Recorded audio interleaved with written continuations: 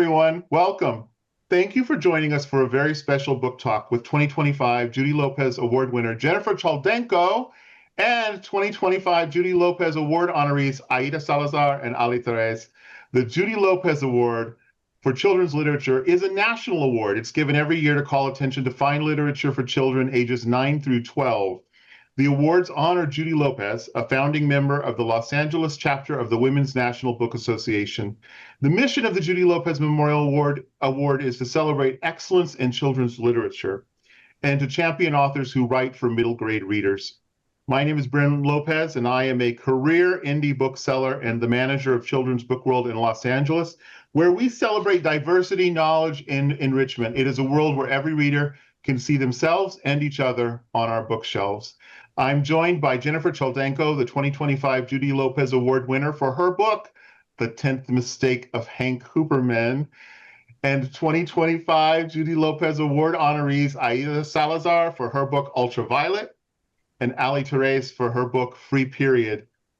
Unfortunately, honoree Claire Ann Zalot, honored for her book, Dear Run Home, is unable to be here for our conversation today, but sent along a message of thanks to the Judy Lopez Memorial Award organization and committee, her agent, Karen Weissman, and editor, Tracy Mack, and all of the readers who have embraced Dear Run Home. Plus, congratulations to Gennifer, Aida, and Ali as well. Gennifer Choldenko is the Newbery Honor author of the beloved Al Capone Does My Shirts, now in its 44th printing, I believe, and the rest of that continuing series, co-author of the New York Times bestselling Dogtown with the one and only Catherine Applegate, and her most recent book, The 10th Mistake of Hank Hooperman, which has garnered multiple starred reviews and commendations, this year's Judy Lopez Award. I love this book so much. Welcome, Gennifer. What happy place are you coming to us from? Where am I coming to you from? Yeah. I live in Sausalito, California, and I feel very fortunate to live here. It's like the best place I've ever lived. Have you lived in a lot of different places? No, I'm like a third generation native Californian.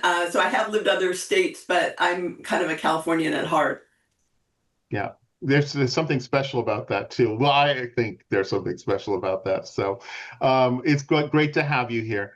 Aida Salazar is an award-winning author, translator, and arts activist whose writings for adult and children explore issues of identity and social justice. She is the author of the critically acclaimed middle grade verse novels The Moon Within and Land of the Cranes, as well as A Seat in the Sun, Jovita Wore Pants, which I love, and many other beautiful books. Her 2024 novel in verse, Ultraviolet, is one of this year's Judy Lopez Award honorees. Welcome, Aida. And you're in Oakland, right? That's your community. Yeah, I am. Yeah, it's a pleasure to be here. Thank you. Thank you. And Ali Terese, Ali writes funny and heartfelt middle grade stories, including her most recent novel, which just came out last week, right? Vote for the GOAT.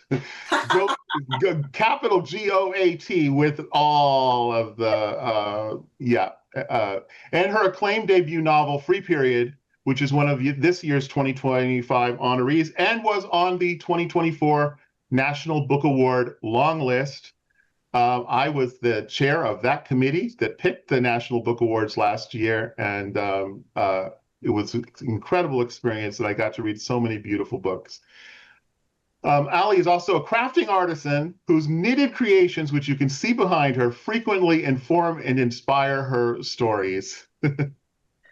I am so happy. I actually, in my home, have a knitted cuterus from Free Period, and also a knitted goat, which I really I love them both very much, Ali.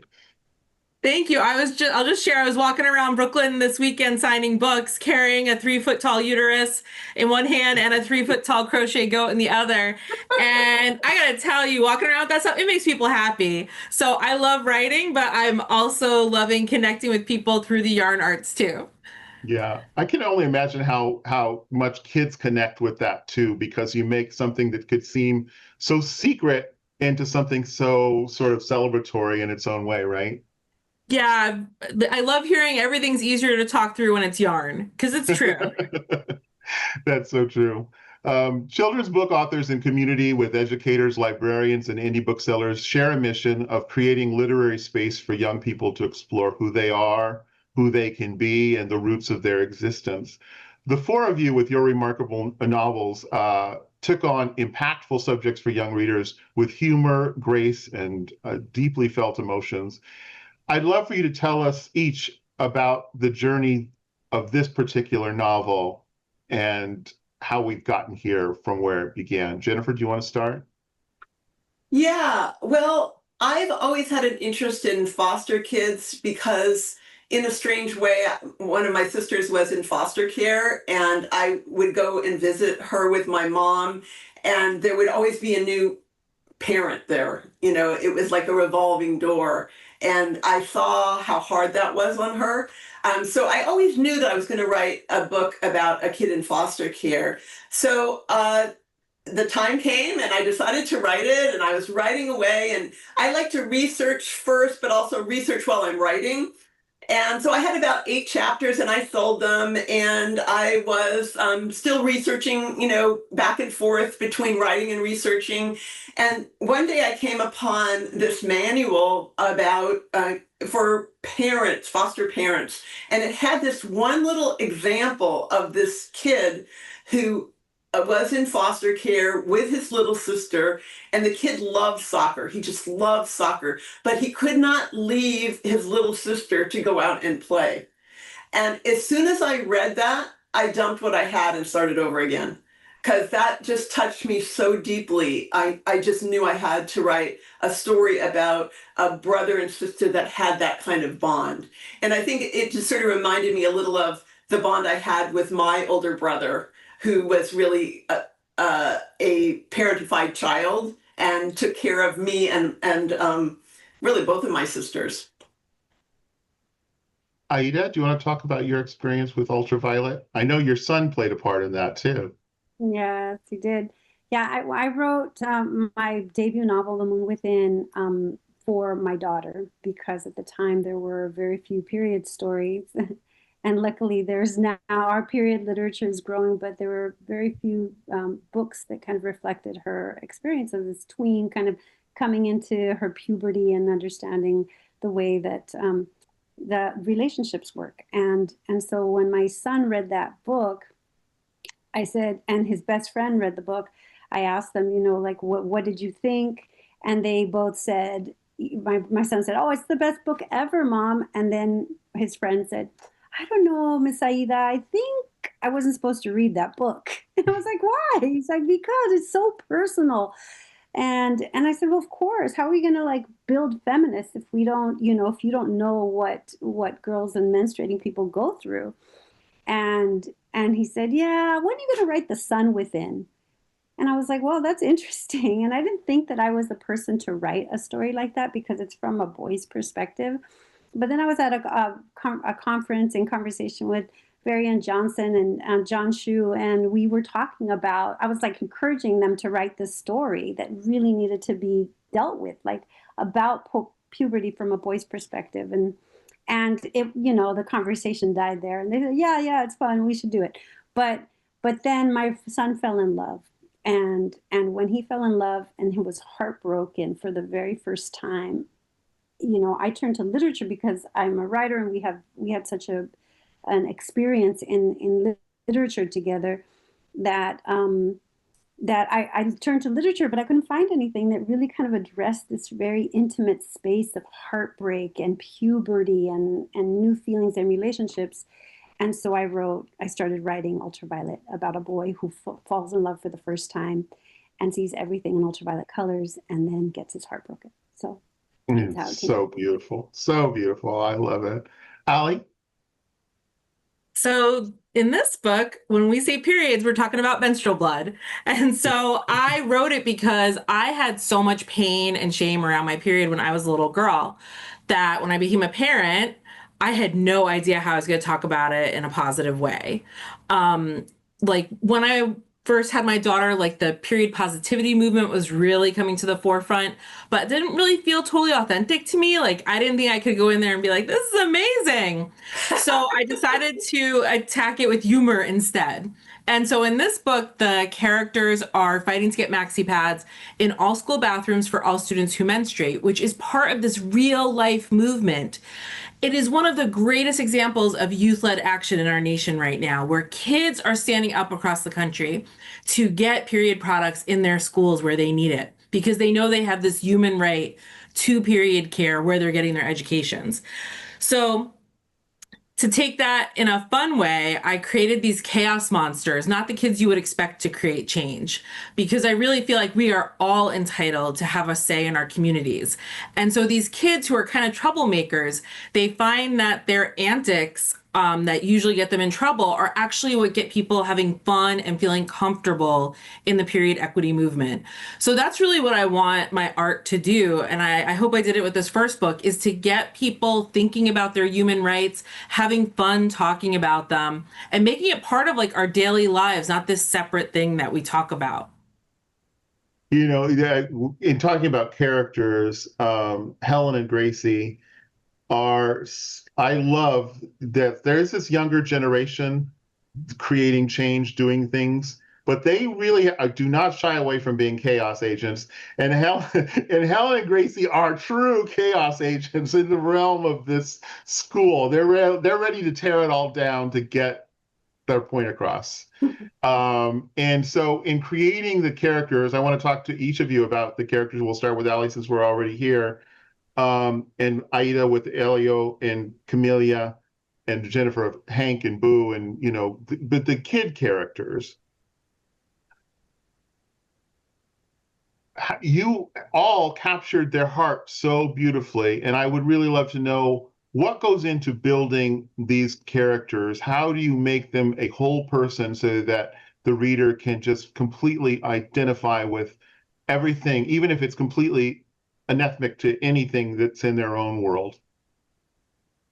Yeah, so I want it to feel like your best friend has just burst into the room and is going to say to you, like, you will not believe what just happened. Because a lot of times when we're talking about tough issues, we might not even feel like we can have those conversations with our friends. So I really try to step into the shoes of, say, like a 10 or 11-year-old and think, what are the kind of things they would notice? What are the words they would use? What's the energy that they're bringing? Because that is so different than me as a 40-something-year-old mom, the kind of things that I would notice and talk about. And I really want kids to feel that immediacy in the connection to the characters, because I think that's what makes them more real. And the reason I love writing for this age group is because when we're creating these tween characters, they're like some of the funniest people on the face of the earth. Like they still love a good fart joke, but they're also satirists. Like they really get it all. And I think that that's a great way to feel real, is through humor, because when you listen to kids, they're always laughing and having fun with each other. I guess for me, I don't pretend I'm 11 because I am 11. And so it's really easy to write. A lot of people who write for kids also want to write for adults, or they do write for adults. Not me. I have no interest in writing for adults. I find adults boring. And somehow, when I am a kid and looking from a kid's perspective, everything is so much more intensely alive than it is normally. And so I thrive in that world. And if I don't get time in that world daily, then my husband can't live with me. Well, for me, I was really interested in exploring the tenderness in boys.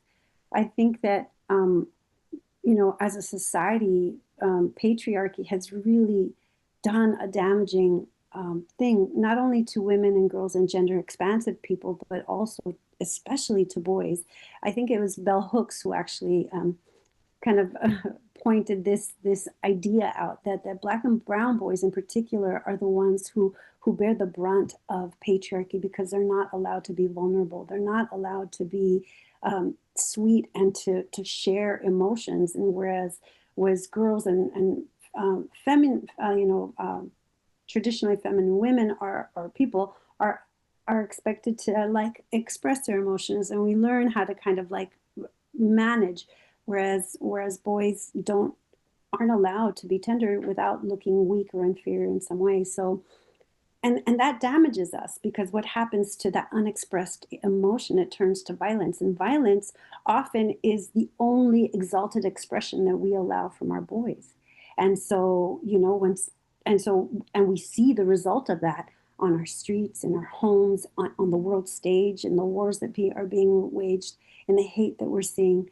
And so this kind of trickles down and trickles up, right? And so I was really interested in exploring a boy's tenderness and the heart space that they can inhabit and that they're capable of, because in looking inside who they are, and through Elio in particular, when he's able to examine who he is and the entire beautiful landscape of emotions that he is privy to as a human being, then we are going to be making the world a better place. We are going to be building feminists. We are going to be building people who are more passionate and empathetic and loving in the world, versus violent and hateful and patriarchal. So. Your character in dealing with that, by the way, that type of book, I just searched for them I've been selling books for 30 plus years. So 35 years actually. And almost always to kids. And so I'm always searching for those types of books where I can find the door that opens for young readers, particularly boys. It can be, I don't like to call them reluctant readers. I like to call them undiscovered readers, because they haven't found the book. For me, it was Where the Red Fern Grows. Everybody finds the book that was theirs, right?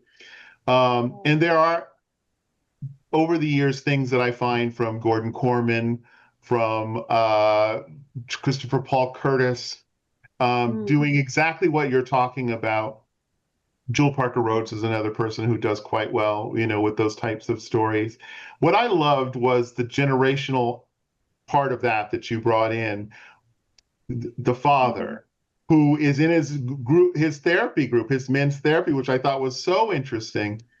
But that generational of dealing with violence and dealing with machismo in a different way, which also I will say is a very Latinidad thing as well. From my own childhood, I can speak to that as well. How much did you know that the father was going to be an archetype to deal with in Elio's story, or did that come with time? No, yeah, absolutely. We knew that he was going to be. He's his model, right? And in middle grade, there's this kind of it's kind of like unspoken rule that these children have to exist in a vacuum and outside of community. But I feel like especially from my perspective, Latina culture, Mexican American culture, intergenerational relationship is vital, and how we see our parents and how they help us and we help each other is really critical. And so my editor, Tracy Mack, who's another editor of one of the award-winning books, she helped me cultivate that a little more and kind of go a little bit deeper and to flesh it out. But it was always there for sure, because how I wanted the father to be a model, a complicated figure, right? And an educated Chicano who was trying to evolve and full of contradictions, right? As we do when we evolve, right? And so, he was critical in not only kind of being the sort of villain in the story in some ways, but also being an evolutionary character that brings hope, right? His evolution and Elio's evolution together are part of the hope and the change that I want to see in the world, and that I was hoping to depict. Yeah, characters like that I don't see as villains. I see them as the flame that's going to light the change for the main character. They're the spark that's going to make everything turn around. Gennifer, with Hank, he is in a place where he doesn't have any adults that are really forming any type of safety or structure for him at all. And then characters begin to appear, some helpful, some not so helpful. And the way you portray all of the adults I found so rewarding and fascinating. One of the things that you did do, which is really important for me, is that you built a community of people that can both help and move along the character, so that it just felt like that there were places that you could breathe a little bit when you met some of these characters. Talk to me about creating these adult characters, because it's a very traumatic story for Hank. Yeah. Well, I believe that there aren't really good characters and really bad characters, that we're all on a spectrum, so to speak. And so I like to make interesting characters that reflect, the people that I know, the people that I encounter. And I don't know how, like, Luann is a very complex character, I guess, in some ways. In some ways, she's definitely the antagonist, but in other ways, she can be helpful. So she's complicated, and she comes from, I had an aunt that people used to say about her, she only likes kids when they're babies. And at the time, I was playing tennis with this man whose wife was a caregiver. She had a little preschool in her house, and he used to say about her, she didn't like when the kids got to be like around 4, because then they would argue with her and etc. And so somehow I started thinking about a character that, in one way she'd given her life to taking care of little kids, and that's a wonderful thing, and she was actually pretty good at it. On the other hand, she had a line. Once they got older, she really didn't want anything to do with them. And so somehow Luann took form. And Ray actually came from, when I was a kid, I remember going to a lot of my friends' houses, but I literally do not remember any fathers except for one, Ray Sandoval, Jerry Sandoval's father. And he had such a big heart. I always felt so welcome when I came to his house. I mean, I remember so much about him, and I loved going, I loved spending time there. And so I thought, well, maybe I'll make a character, I'll use a little of the feeling that I had for Ray Sandoval in the book. So sometimes you borrow little bits and pieces from your life, and they take form on the page. Yeah, I want to come back to that, because I want to ask you a question about that. Ali, I wanted to talk about the adults are in your thing too, the parents and the aunts, but I wanted to talk about something which sort of comes in line with all of this, which is giving every character the opportunity to succeed, even if they're not the most likable character in the story at the beginning. You have a lot of characters that are friends within the world of Gracie and Helen, and I love that you gave them all of them an opportunity to succeed and show themselves in different ways throughout, including young boys in the story as well about this. And I wanted you to talk about that population of your story with all these different characters. Yeah, so one of my thesis is that we can all create more and better change by working with people who are different from us, because we all bring something different to the table, and it leads usually to solutions. It's not just additive, it's things that we could have never even imagined on our own. And I think, to go back to what Aida was saying, feminism is not just for girls. Like, feminism is about changing power and how decisions are made.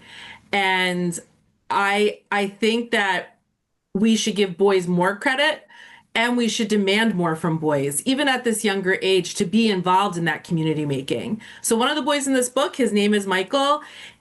he is part of this community action club, and he has done all of their projects. Like, they were reclaiming water to water the lawns instead of using fresh water. They were getting rid of straws on campus. They were doing all these things. So when the change comes that he realizes his classmates are missing out on school and public life because they don't have the products they need, he doesn't say that's a girl issue. He jumps in because he can see that everyone is hurt if anyone is missing class because they don't have the pads they need.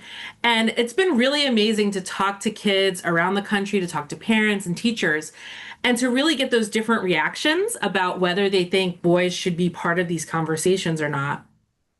And a lot of times the boys are more ready for the conversations than the adults might be ready for them. So I hope that everyone keeps challenging boys, keeps challenging anyone who they don't see as the core of an issue, because that's how we're going to make real lasting change, when everybody feels invested and everyone feels like they have a voice in making this better future for all of us. So that's my little soapbox. It's so interesting because you deal with it all so well in all of your books about the conversations that young people have with each other as well, particularly boy-to-boy conversations that happen within, and Aida and yours, that's part of it. It makes me think, Ali, why boys might react that way, because I think that in so many ways they are so boxed in terms of how they can be and how they can communicate when they're allowed to be more open with each other. And Aida, you create that inside that story. Elio's relationship with his friends, who are all very, very different, and how they initially talk to each other about these new things like romance and that, and then how that evolves. Did you have to interview your son and his friends about this type of about writing that? Yeah, absolutely. I did. There was a lot of eavesdropping, of course. There were so many lines that, I would do a pickup from school, and sometimes I'd carpool with different kids. And there was this one line, the first week of school had happened, and then my son walked in. My son was kind of very, very candid with me about all the things that happened to him in his life, very personal and public. And he came in, he's like, "Mom, so-and-so hooked up with so-and-so, and so-and-so and hooked up with so-and-so." And then his best friend is sitting next to him. He's like, "It's the first week of 6th grade. Why is this even happening?"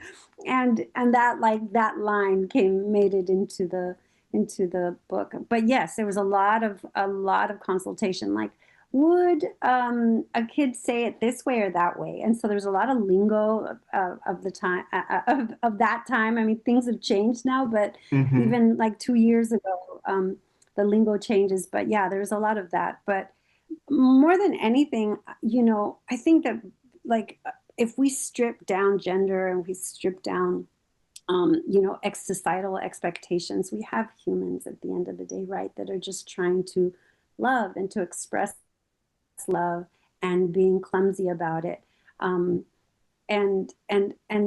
that's what I wanted to kind of get at, and wanted to demystify and give permission to boys to explore that relationship, those times when you see somebody else like acting foul and being toxic, and allowing them the space to say, "You know what, I'm going to call you on that. That's not what you should be doing." And it's okay to do that instead of like just going along for the ride and creating more chaos. So, I'm amazed by the younger kids now too. They do not hesitate to call people out when it comes to these sorts of things. Though, I just think that's fascinating, and it's wonderful, because we're so caught up into our own history of adolescence, and also how it's represented within pop culture. And so it's very refreshing to see that kind of honesty between friends and that. I know you all love writing middle grade literature, and I love sharing it with people. I think middle grade literature is as close as you get to contemporary literary fiction. And to me, it is actually right up there with contemporary literary fiction in terms of its impact on readers, on their lives, their own personal lives, and how they live. And it's so great. And Gennifer, you in Hooperman and Hank, all of your books, but in Hank Hooperman, this is a really traumatic story that Hank is going through, but it's so deft the way you tell this story and deal with the mother and what she's going through as well. But you allow space for humor, and I want to talk about that. Why is that important in a story like this, particularly with kids, to bring that element into the story? Well, I mean, I don't do it because it's important for kids. I do it because that's just naturally the way I write. I mean, I would like to say that I have it all planned out, but I don't. That's the way I like to write. That's what I like to read. And I think what you like to read and what you like to write, as often there's a big overlap. And so whenever I can, I make it funny. I mean, a good day for me writing is I make myself laugh and I make myself cry. You know, when I was writing The 10th Mistake of Hank Hooperman, I lived with my husband and my daughter, and I would say, at the end of the day, I would say, you know, it's so hard. This kid, it's so hard on him. I really feel for him. And they kept saying, hello, you're the author, just change it. Make it less hard on him. But I couldn't, because once I am in the heart of the story, I just have to tell it the way it's coming to me. And it was interesting to try and figure out the nuance of so much of what was happening. And I gave him a really happy school life, which not every kid has. And there were grades in which I had that, and there were grades in which I really didn't. But I gave him my 6th grade experience, which was really wonderful. And because I just couldn't, I needed a break from what was happening. I needed a counterbalance. And I also feel like it's true to my life that though, you know, my home life was hard, there were so many people that reached out to me. And there was whole communities that I felt a part of when I didn't feel a part of home. And so I try and reflected that in the book.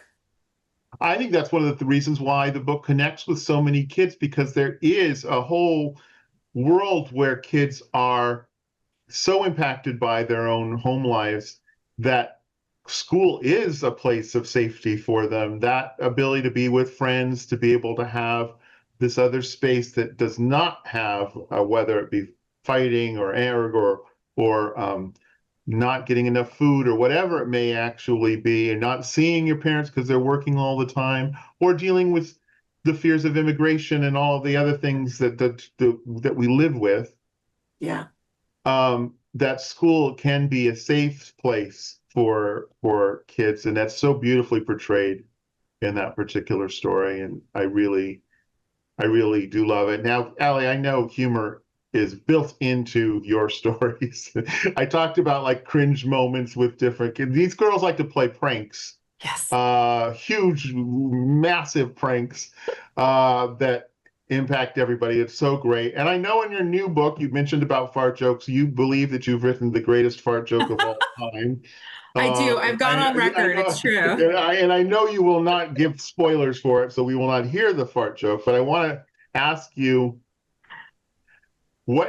how do kids who've read the book and then talk to you, how do they respond to you about the humor in the book? I've been lucky. They haven't told me it's cringe yet. Yeah, that may just be an adult reaction to the moment. So no, it's so interesting. And just to go back to when we were talking before about creating these characters and the way that kids talk today, I think sometimes adults don't realize that kids talk today so different from us. Like, you know, like I said, I'm in my 40s. I didn't even have the vocabulary to have some of the conversations that like 8 and 9-year-olds are having today. I didn't have that until I was like a teenager. The cadence at which they talk, the jokes, like everything is like I just think it's wonderful. I love because I'm a parent too, that you get to overhear this stuff sometimes. And so in creating the humor, I've done everything from, jokes with wordplay, puns, because I love puns, to like the more slapstick comedy. And I think that if we put all those different types of humor in a book, like each kid is going to get something out of it. But I have found that they love the pranks. Although I tell them don't do them, but yeah, they love the pranks, and they also love whenever the adults are getting their comeuppance. Like if the kids ever have like a set down for the adults, the young readers really love those. Yeah, it's you're absolutely right about that. Aida, can you talk to me about your book is a novel in verse. You do this so beautifully. I love reading your books, and I go back to them. I'll be reading and they're like, I need to go back to that page again, and I need to read this one more time. Talk to me about that experience. For you, it's just a language that you use, and I just would like for you to talk about that language and why you're so comfortable within that world, and then how kids respond to that style. Mm-hmm. Well, I'm a poet. I began as a poet when I was in 5th grade, when I was handed Where the Sidewalk Ends by Shel Silverstein, and fell in love and started to write with my Parker pen my 5th grade teacher gave me, and started to write poems, bad poems, and then they kind of snowballed. And it wasn't until I graduated from my master's degree and I started to kind of investigate the novel in verse and want to write for children that I came upon the like perfect union of storytelling and working with the toolbox that the poet uses. And to me, it's really fascinating. It's a very comfortable space. And that's not to say that all of my books sound the same, right? The characters and voices are so important, so different from character to character and book to book. And there's a music that I think that is really present when people talk. And every character has a different set of images and metaphors and expressions that that one as an author can really cultivate. And I really adore that. I love beautiful language. I love to read poetry, and that just makes its way into the work. And right now, because our children's attention spans are kind of shrinking more and more, it seems that novels in verse are becoming more and more popular. And so I really appreciate that, because they don't feel as intimidated by so many words on the page. And I think that's on some level, it's a little bit of a shame, because we want our readers to have longer attention spans and to kind of really get into it. But it's a struggle from a writer's perspective, because you have less real estate. You have to be incredibly economic with what you have to say with so few words. And so you really cut out the fat, and then but you also, one of my favorite quotes about poetry is the history of the human heart. Billy Collins, the former poet laureate, said that. And it's true. I feel like that through poetry, you're able to kind of enter the interior landscape of a character and really kind of excavate the emotional side of what they're experiencing. There's another kind of author who said that plot and story is not what happens to the character, but is how the character responds. And poetry allows us this really beautiful entry into to articulating through poetic language how that character is responding to the things that are happening to them in their lives. So that's how it is. But I also have to say that in this book, I use humor a lot. I don't know if you noticed that, but I do. There was something that I really loved to work with. So Ali, I just totally feel you on that. The fart jokes, the expressions of just raw honesty in so many ways become funny, and especially in this age group. Well, that's like the thing, right? When you have your friends, your close friends, your ability to be able to bag on each other or insult each other at the same time as a way of expressing your love for each other. That is just a thing that happens with friends. We do it with all of our close friends, and kids, if that's not there, kids don't really see it as an honest depiction of their friendships, because it is such an important part. And I love the humor within all of your stories. I want to talk about what you were saying about novels in verse, but about literacy for kids, because we find that, it becomes much more challenging, especially post-COVID. It's getting kids. I think it does have to do with, distractions like TV or their phones and those other things. But I also think it's just that we're sort of locked into our own worldview of what has always been in terms of how we look to kids to get them to be able to read. And that, to me, is the issue. We're the ones who need to stop thinking about, this is the proper book, this is the book for this age or this grade. I know teachers who are using picture books, all kinds of picture books, all the way through high school.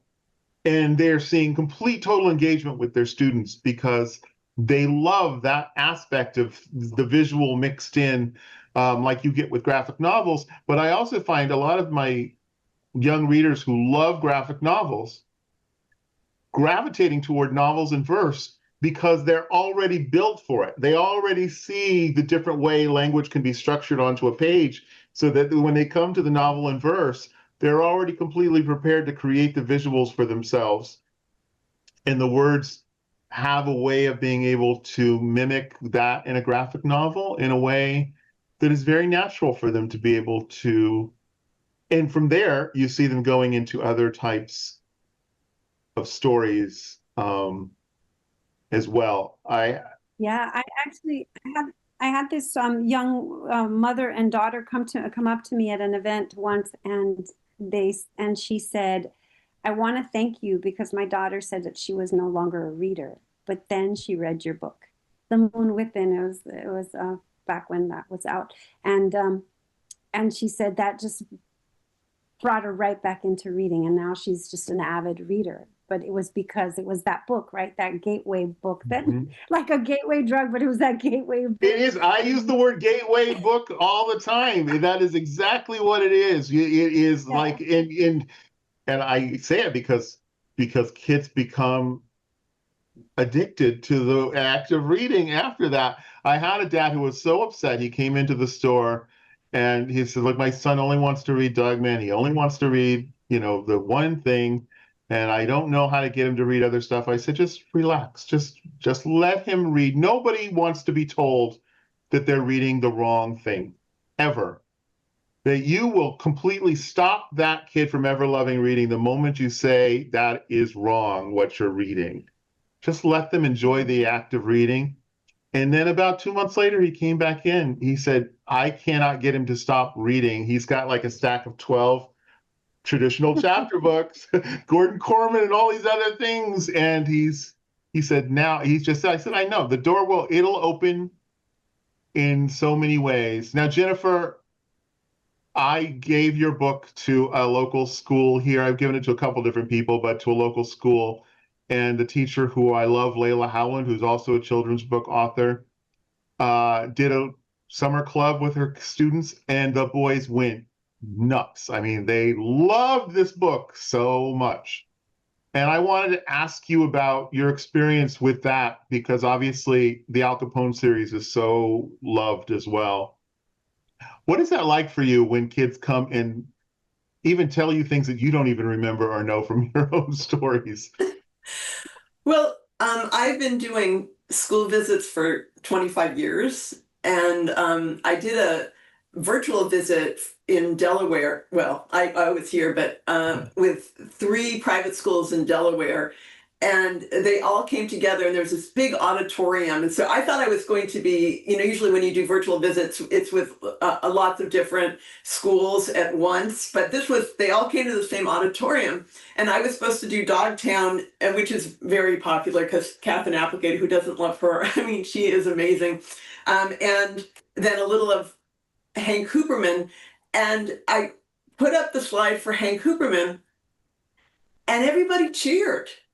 And I thought this was weird. So then I went back to Dogtown. I thought, well, maybe they meant Dogtown. And so I do my whole Dogtown presentation, then I was going to just do a little Hank at the end. Then I put the Hank up again, and the whole thing, everybody cheered again. And 25 years, that's never happened.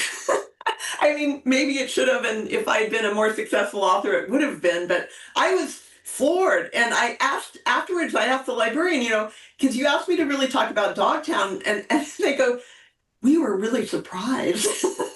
We didn't know that was going to happen. So there's something about this book that does touch boys, especially. I have always been very fortunate in the boys and men in my life have been really well-rounded and had a big emotional life. They weren't the stereotypical men. They have never been around that. So that's the kind of boys that I've always written.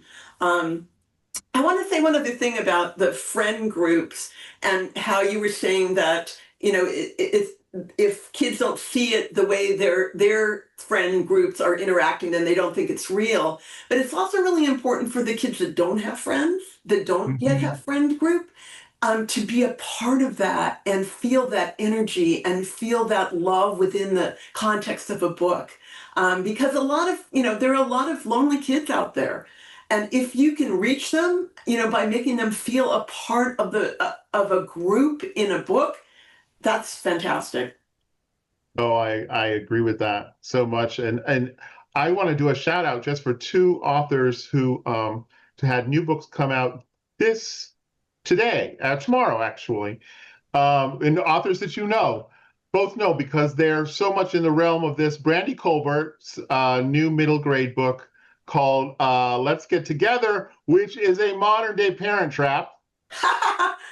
And Gennifer, you're going to love this because she deals with a separation because one of them lived a life in foster care while another did not. And that whole story, it is so great. It gives you all your old Parent Trap vibes, but done the way Brandy does so beautifully. I cannot suggest it enough. And then Sherry Smith, who I love, another amazing author, did Candace, the Universe and Everything, which is a beautiful middle grade sci-fi. When I love a good sci-fi when it has all the correct sci-fi elements in it, because there's nothing worse than having a sci-fi book where the kids come back in and tell me that time travel was all wrong. That would not exist like that. Kids will always tell you what you got wrong. We've got a little bit of time left. I want to talk to you all about what is next on your journey, on your writing journey. What do we have to look forward to? Because people don't realize, but when you're writing your book, it doesn't actually get its birthday for several years until after you're actually done sometimes. So let's start with Aida. What is next? Well, I'm kind of still in the world of Elio and Ultraviolet because I'm writing the sequel, but it's actually a dual sequel. I took the character from the first book, The Moon Within, which is a loose companion to Ultraviolet, and Sally and Elio from Ultraviolet, and put them in one book in a dual POV. I love it. Yeah, it's really cool. It's a really cool concept to explore. It's my first dual point of view book, and it's both in verse and it's called Stream, and it comes out next year, and it's about and Elio individually. They don't know each other. They live in Oakland, and they each get in trouble with screens. He for video gaming too much and dropping his grades, and she for doing kind of questionable things online and on social media. And the parents individually take their phones away and send them to a rancho in Mexico with no running water, no electricity, and they have to work on. Elio has to work on a stream restoration project, and she is to study with her aunts who are healers in Mexico, and they meet, and a little love triangle ensues. So I love it. Yeah, I'm excited about that. And then I've got a few things out on submission that I can't talk about yet, but yeah. a lot of stories on the stove. Ooh, definitely something to look forward to too. Ali, your new book came out. Do you have anything else in the loop as well? I'll just hold this up again because it's so pretty. This is Vote for the Goat. It's another tween comedy. This one's a heist. And Free Period was about period equity. This one's about bodily autonomy because I said, if I can write a girl who demands to make decisions about her own body when she's young, then she's going to carry that through and demand nothing less as she gets older. So that is what I'm going to keep writing. I'm doing it right now. Write messy girls who are fighting for their own selves and to change their communities. Great. Gennifer? Yes, well, we just sent in the revision for the third Dogtown, which is from the point of view of Metalhead, who is a robot dog in the dog shelter Dogtown.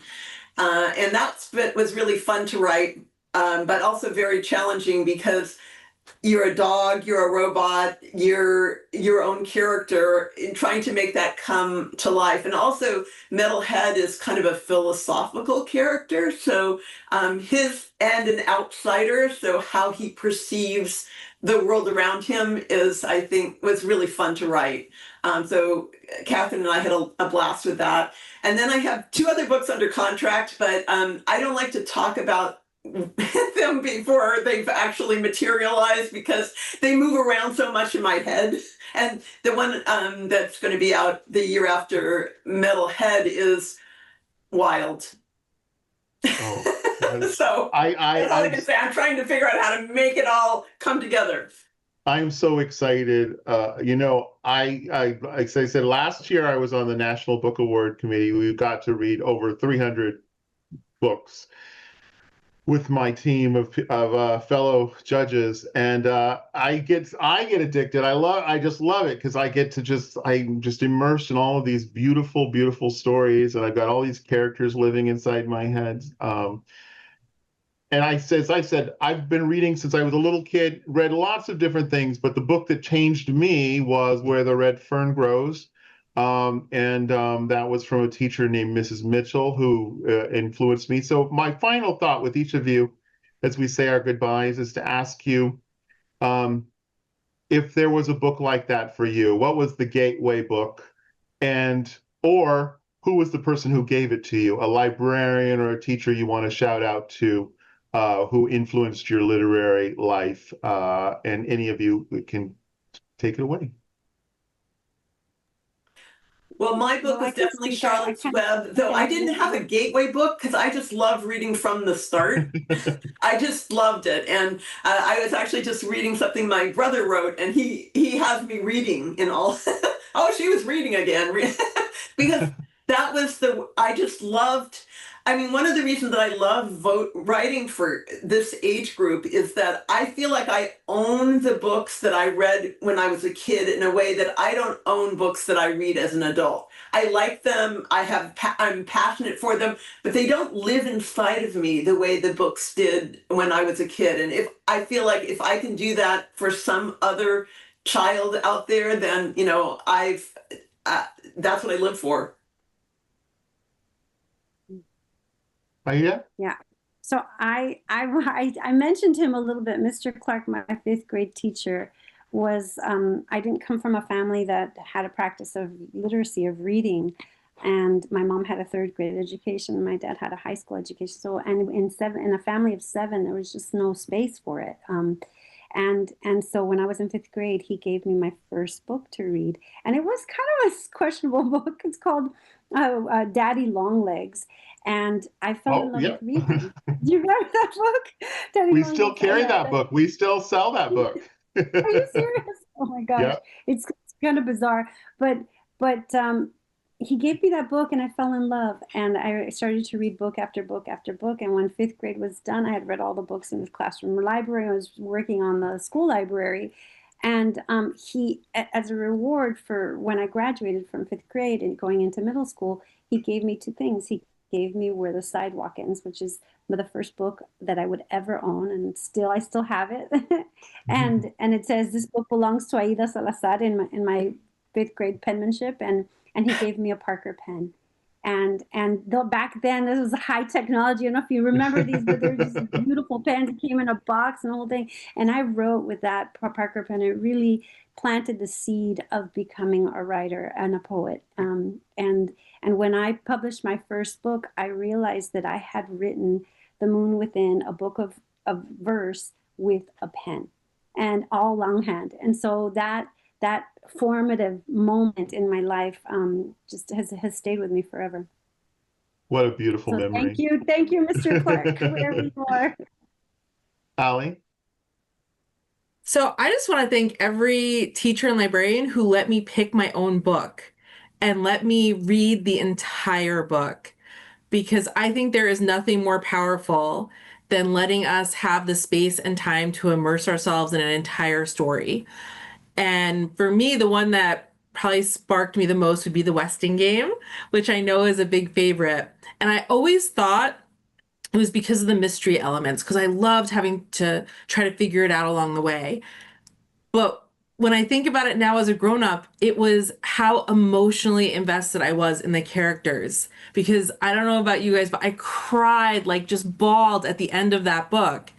And in the end, it wasn't about solving the mystery. It was about these people who had become completely real to me and I cared so much about. And so I hope that other kids today are as lucky as I was, that they get the time to read a book, to know a character, and to develop that superpower of empathy that reading gives us. Thank you all for sharing those wonderful thoughts. I will tell you, middle grade readers today, you know what's the most popular, excuse me, I have a little something in my eye. The most popular book right now, they love mysteries, but is Agatha Christie. They're reading Death on the Nile and Murder on the Orient Express, and and Then There Were None. Like, I put them out there, and they just, I don't know what it is, but they love it. And I grew up in a generation where you did read adult books because there weren't a lot of kids' books, as many as you had. So you sort of read whatever your parents or grandparents were reading. But I'm always fascinated that kids just love great stories, and all of you write the most beautiful stories. I love sharing them with everybody, and I thank you all so much. And I'm so happy that the Judy Lopez Awards exist to be able to highlight all of your wonderful stories and share them with the world. And thank you all out there for joining us in this. We hope you have a great time reading all of these beautiful, beautiful books. Thank you all. Thank you. Thank you so much for all you do.